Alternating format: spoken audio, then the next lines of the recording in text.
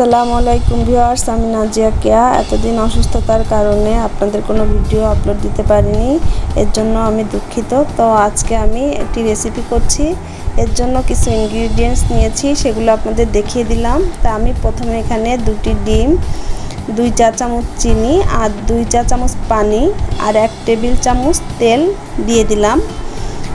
তো এখন এটা আমি ভালো করে বিট করে নেব।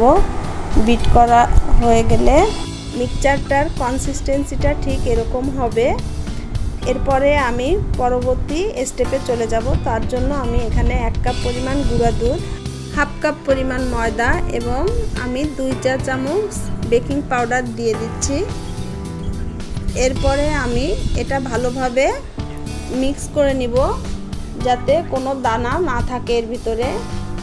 আপনারা চাইলে এটা চালনি দিয়ে চেলেও নিতে পারেন। তো আমি হাত দিয়ে ভালোভাবে মেখে নিয়েছি। এরপরে আমি যে ডিমের ব্যাটারটা তৈরি করেছিলাম সেটা এর ভিতরে অর্ধেক পরিমাণ ঢেলে দিলাম। এবার এটা ভালোভাবে মিক্স করে নিলাম।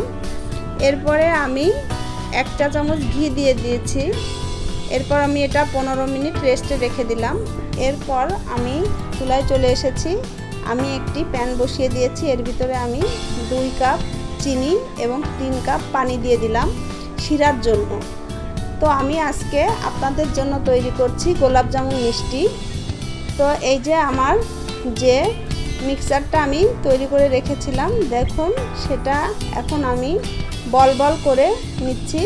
এই বল বল করা মিষ্টিগুলো এখন আমি একটু গরম তেলের ভিতরে ভেজে নেব। তেলটা অনেক গরম করা যাবে না, যখন একটু উষ্ণ গরম হবে তখনই এর ভিতরে মিষ্টিগুলো ছেড়ে দিতে হবে।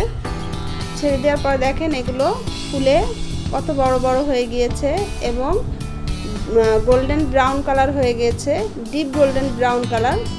এরপরে সব মিষ্টিগুলো গরম অবস্থাতেই আমি শিরার ভিতর দিয়ে দিব এবং 4-5 মিনিট শিরার ভিতরে দিয়ে আমি এটা জাল করে নিয়েছি। তো দেখুন মিষ্টিগুলো ফুলে কত বড় হয়ে গিয়েছে এবং আমার মিষ্টিগুলো তৈরি হয়ে গিয়েছে।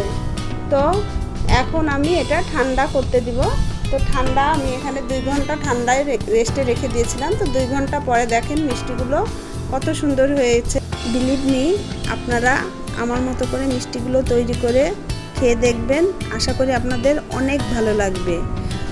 তো আমার ভিডিওগুলো যদি আপনাদের ভালো লেগে থাকে তো আমার চ্যানেলটি লাইক, শেয়ার এবং সাবস্ক্রাইব করবেন। আল্লাহ হাফেজ।